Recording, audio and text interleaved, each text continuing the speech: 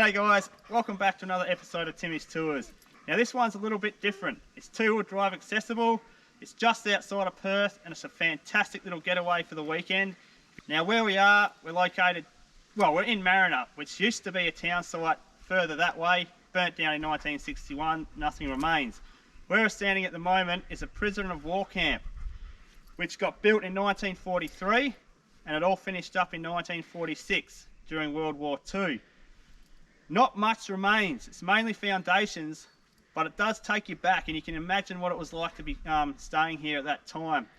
They housed about 1,500 prisoners, I do believe. There was Germans and Italians that came over after Australia did a deal with the British to take prisoners on during the war. What they mainly did here is chop firewood, and it was farming. So the Italians helped with the farmers, and the Germans, their duties were more towards chopping firewood. Now it was one of the better camps to stay in back in the war. It was quite relaxed, but I tell you what, if you did do the wrong thing, you're put in these tiny little cells, which I'll show you later on, and I do believe from memory they were locked up for up to 25 days, but we'll confirm that when we get in there and have a look. So when it came to guard towers, they actually used these really tall jarrah trees, and that's only what remains of one right there behind me. Obviously it's burnt down, but they were the guard towers. Now people did escape from this camp, but they were all caught. One thing I found fascinating is old mate, one of them, was actually caught down in my hometown of Northcliffe, which is a fair old hike from here, about 300 odd k's, so he made it quite some way before he got caught, which is explains here on the sign.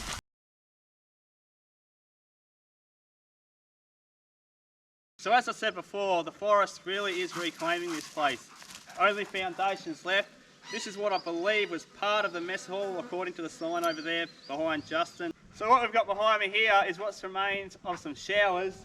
I'm not going to show you everything, guys, because we'll be here all day, but I'm just going to try and give you an idea of what you can expect if you get down here yourself. So we'll keep moving on.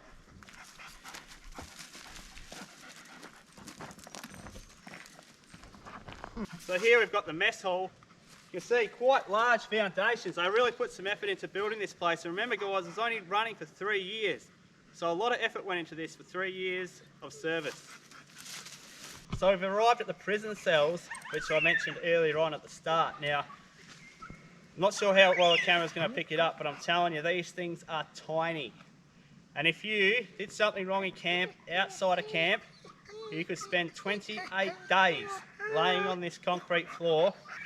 That where these grooves are in the concrete is where the prisoners actually wore the concrete away when they were lying here, scratching at it, doing whatever they were doing.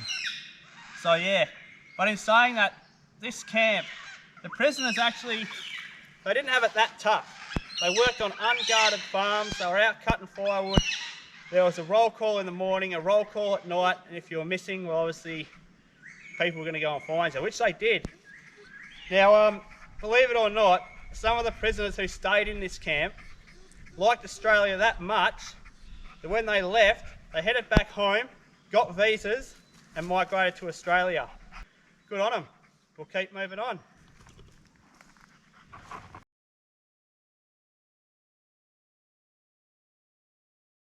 So that little photo behind me was actually the last photo taken within the camp. Now this whole area is shut down in July 1946. Now when it comes to the guards, a lot of these guards, they actually fought in World War I. And there wasn't much use for the soldiers in World War II, so their job was to come here and take care of the camp. So that's a little bit more history for you.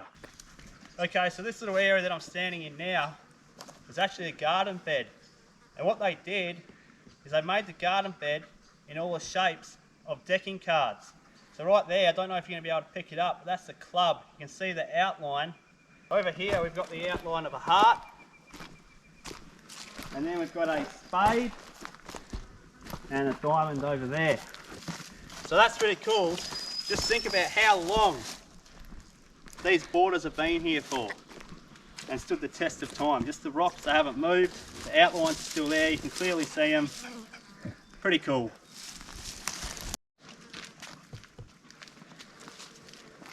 On your way back out, you're going to come across the powerhouse. pump station. You have to walk on this foundation just to get back to the car park. It's the only one walk on, guys. Don't walk on anything else. And yeah, that's the Prisoner of War Camp. I'll see you guys back at camp.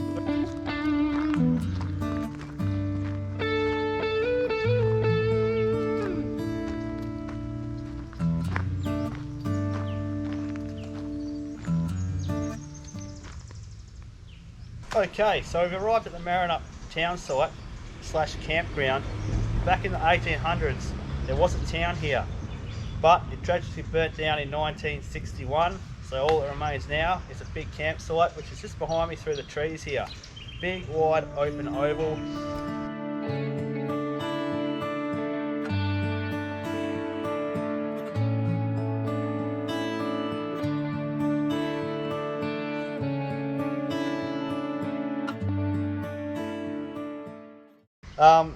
Very, very popular spot, guys. That's why we camp just outside of it. There are a lot of people around. But hey, this trip isn't about travelling hundreds of kilometres away from Perth and doing those kind of things that I always normally do or normally show you. It was simply just getting out of Perth for a night and relaxing. Now, there is a lot to do around here.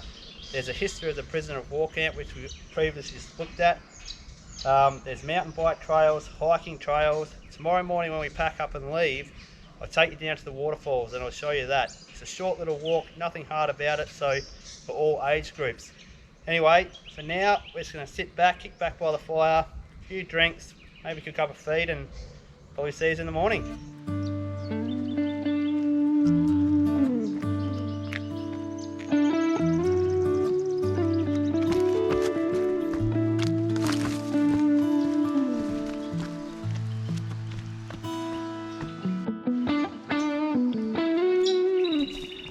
So we had a bit of a lazy morning around camp this morning. A few bacon and eggs, a few drinks last night. Some more than others, eh, Justin? A little bit. So if you're lucky enough, when you're camping at Marrinup Camp, you might be able to capture a view of the old Possum Valley steam train. That went past just before we left.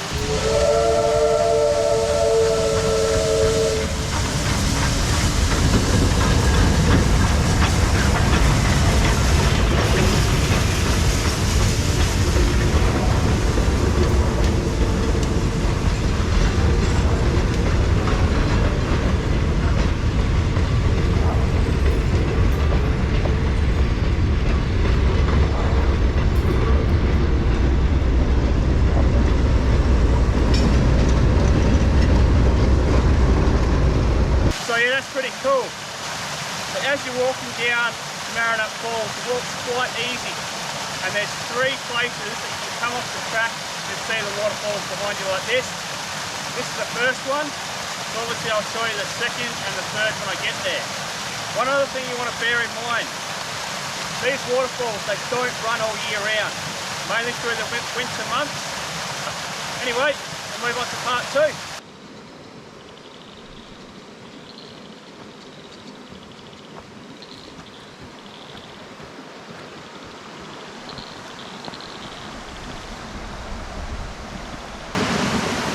Here we are at the second part of the fall. It's flowing nicely, beautiful scenery. We'll take you to the third spot, and that's the final spot, which is an absolute cracker. See you when we get there. So here we are at the bottom of Marrinup Falls. Now already the water's drying up. I was here a few weeks ago and that whole rock was covered and just flowing beautifully. But anyway, you get that. Now look, like I said before, something a little bit different, just to show you a nice weekend away from Perth. Get out of the city, away from your house, and enjoy some bush close to home. So I hope you enjoyed it, and like always, I'll see you on the next one.